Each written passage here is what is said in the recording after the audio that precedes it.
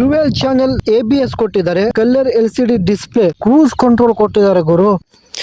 ನಮಸ್ಕಾರ ಎಲ್ಲರಿಗೂ ಈ ವಿಡಿಯೋಗೆ ಸ್ವಾಗತ. ಏನಪ್ಪಾ ವಿಷಯ ಅಂದ್ರೆ ನಾವಿವಾಗ ಮಾತಾಡಕ್ ಹೋಗ್ತಿರೋ ವಿಷಯ ಯಾವುದಂದ್ರೆ ಹೀರೋ ಅವರ ಎಕ್ಸ್ಟ್ರೀಮ್ 125R ಅಪ್ಡೇಟೆಡ್ ವರ್ಷನ್. ಇದರಲ್ಲಿ ಏನೇನೆಲ್ಲ ಅಪ್ಡೇಟ್ ಮಾಡಿದ್ದಾರೆ ಅಂತ ತಿಳ್ಕೊಳ್ಳೋಣ ಬನ್ನಿ. ನಿಜವಾಗ್ಲೂ ಈ ಬೈಕ್ ನ ನೋಡಿ ಶಾಕ್ ಆಯ್ತು.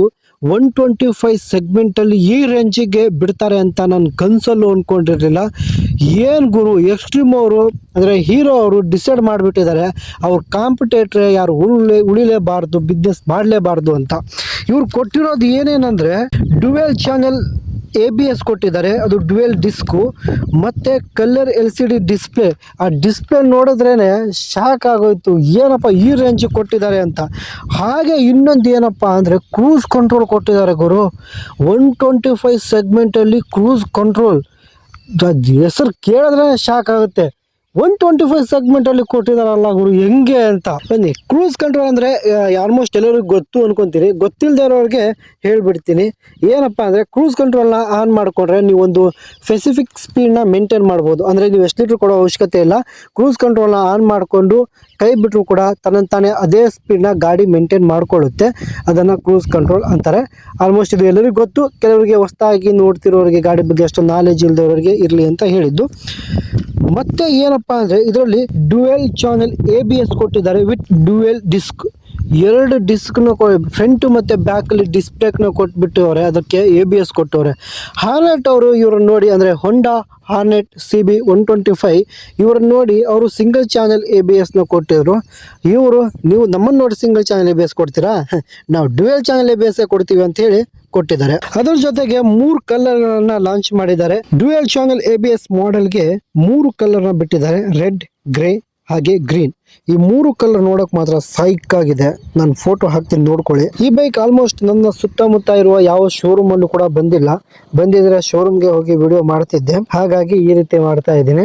ಶೋರೂಮ್ ಅಲ್ಲಿ ಬಂದ್ರೆ ಒಂದ್ಸಲ ಡೀಟೇಲ್ ಆಗಿ ವಿಡಿಯೋ ಮಾಡೋಣಂತೆ. ಮತ್ತೆ ಇದರಲ್ಲಿ ಅದೇ ಸೇಮ್ ಇಂಜಿನ್ ಇದೆ, 120.7 cc ಏರ್ ಕೂಲ್ ಇಂಜಿನ್ ಇದೆ, ಅದೇ ಸಿಂಗಲ್ ಸಿಲಿಂಡರ್. ಇದು ಪವರ್ ಎಷ್ಟು ಪ್ರೊಡ್ಯೂಸ್ ಮಾಡುತ್ತೆ ಅಂದ್ರೆ 11.4 BHP ಪವರ್ ನ ಪ್ರೊಡ್ಯೂಸ್ ಮಾಡುತ್ತೆ. ಇಂಜಿನ್ ಅಲ್ಲಿ ಅಷ್ಟೊಂದೇನು ಮೇಜರ್ ಚೇಂಜ್ ಇಲ್ಲ, ಇಂಜಿನ್ ಸೇಮ್ ಇದೆ. ಇದರಲ್ಲಿ ಸ್ವಲ್ಪ ಟೆಕ್ನಾಲಜಿನ ಜಾಸ್ತಿ ಅಪ್ಗ್ರೇಡ್ ಮಾಡಿದ್ದಾರೆ. ಮತ್ತೆ ರೈಡ್ ಬೈ ವೈರ್ ಥ್ರಾಟಲ್ ಅಂತ ಒಂದು ಟೆಕ್ನಾಲಜಿ ಅದನ್ನ ಹಾಕಿದ್ದಾರೆ. ಅದು ಏನಪ್ಪಾ ಅಂದ್ರೆ ನಿಮ್ಗೆ ಸ್ಪೆಸಿಫಿಕ್ ಆಗಿ ಕ್ರೂಸ್ ಕಂಟ್ರೋಲ್ಗೆ ಅಂತ ವೈರ್ ಕೊಟ್ಟಿಲ್ಲ, ಅದನ್ನ ಅಪ್ಗ್ರೇಡ್ ಮಾಡಿ ಅದು ತಾನಾಗಿ ಹೋಗುವಂಗೆ ಇಂಜಿನ್ ಅಲ್ಲಿ ಏನೋ ಮಾಡಿದ್ದಾರೆ. ಕ್ರೂಸ್ ಕಂಟ್ರೋಲ್ ಇದು ಒಂದೇ ಸಾಕು ಗುರು. ಈ ಸೆಗ್ಮೆಂಟ್ ಅಲ್ಲಿ ಅದನ್ನ ಕೊಟ್ಟಿದ್ದಾರೆ ಅಂದ್ರೆ ನೆಕ್ಸ್ಟ್ ಲೆವೆಲ್. ಈ ಬೈಕ್ ನ ಬಿಟ್ಟಾಗಿಂದ ಅಂತೂ ಧೂಳು ಎಪ್ಸಿರೋದಂತೂ ಪಕ್ಕ, ಅದರಲ್ಲಿ ಎರಡೇ ಮಾತೇ ಇಲ್ಲ. ಈ ಗಾಡಿಯಲ್ಲಿ ಅಷ್ಟೊಂದು 125 ಸೆಗ್ಮೆಂಟ್ ಅಲ್ಲಿ ಡ್ಯುಯಲ್ ಡಿಸ್ಕ್ ಕೊಟ್ಟಿರೋದೇ ದೊಡ್ಡದು. ಹಾಗೆ ಅದರಲ್ಲಿ ಕೂಡ ಟೆಕ್ನಾಲಜಿನ ಅಪ್ಗ್ರೇಡ್ ಮಾಡಿರೋದು, ಮತ್ತೆ ಅವರ ಡಿಸ್ಪ್ಲೇ ಅಂದ್ರೆ ಓಡೋಮೀಟರ್ ಡಿಸ್ಪ್ಲೇನ ಅಪ್ಗ್ರೇಡ್ ಮಾಡಿರೋದು ಎಲ್ಲವೂ ಕೂಡ ನೆಕ್ಸ್ಟ್ ಲೆವೆಲ್ ಅಂತ ಹೇಳಕ್ ಇಷ್ಟಪಡ್ತೀನಿ. ಇವರ ಕಾಂಪಿಟೇಟರ್ಗಳು ಬಾಯಿ ಮುಚ್ಕೊಂಡು ನೋಡ್ಬೇಕು, ಆ ರೀತಿ ಆಗಿದೆ. ಇದರಿಂದ ಕೆಲವರು ತುಂಬಾ ಕಲಿಬೇಕಾಗಿದೆ. ನನ್ನ ಬೈಕ್ ಇದೆ ಅಲ್ಲ ಗುರು, N125, ಅದೆಲ್ಲ ಅವ್ನು ಸರಿಯಾಗಿ ಗೇರ್ ಇಂಡಿಕೇಟರ್ ಕೊಟ್ಟಿಲ್ಲ, ಇನ್ನೇನು ABS ಕೊಡೋದು. ಪಲ್ಸರ್ ಅವರು ಇದರಿಂದ ನೋಡಿ ತುಂಬಾ ಕಲಿಬೇಕು ಗುರು. ಹೀರೋ ಅವ್ರು ನೋಡಿ ಕಲಿಯೋದವ್ರು ತುಂಬಾ ಇದೆ. ಹೀರೋ ಅವರು ಪ್ರತಿ ಒಂದನ್ನು ಅಬ್ಸರ್ವ್ ಮಾಡಿ 125 ಸೆಗ್ಮೆಂಟ್ ಅನ್ನ ಯಾರಿಗೂ ಬಿಟ್ಕೊಡ್ದಂಗೆ ತಾವೇ ಕ್ಯಾಪ್ಚರ್ ಮಾಡ್ಕೋಬೇಕಂತ ಡಿಸೈಡ್ ಮಾಡಿದ್ದಾರೆ ಅನ್ಸುತ್ತೆ. ಅದಕ್ಕೆ ಈ ರೀತಿ ಅಪ್ಗ್ರೇಡ್ ಗಳನ್ನ ಮಾಡ್ತಾನೆ ಇದ್ದಾರೆ. ಇದಿಷ್ಟಾಗಿತ್ತು ಮೇನ್ ಅಪ್ಡೇಟ್ಗಳು. ಇದರಲ್ಲಿ ಆಗಿರೋ ಅಪ್ಡೇಟ್ ಏನಪ್ಪಾ ಅಂದ್ರೆ ಡ್ಯುಯಲ್ ಚಾನೆಲ್ ABS ಮತ್ತೆ ಡ್ಯುಯಲ್ ಡಿಸ್ಕ್. ಹಾಗೆ ಇದರಲ್ಲಿ 3 ರೈಡ್ ಮೋಡ್ ಗಳನ್ನ ಕೊಟ್ಟಿದ್ದಾರೆ. ಅವು ಯಾವ್ಯಾವ ಅಂದ್ರೆ eco, road and power mode ಅಂತ ಕೊಟ್ಟಿದ್ದಾರೆ.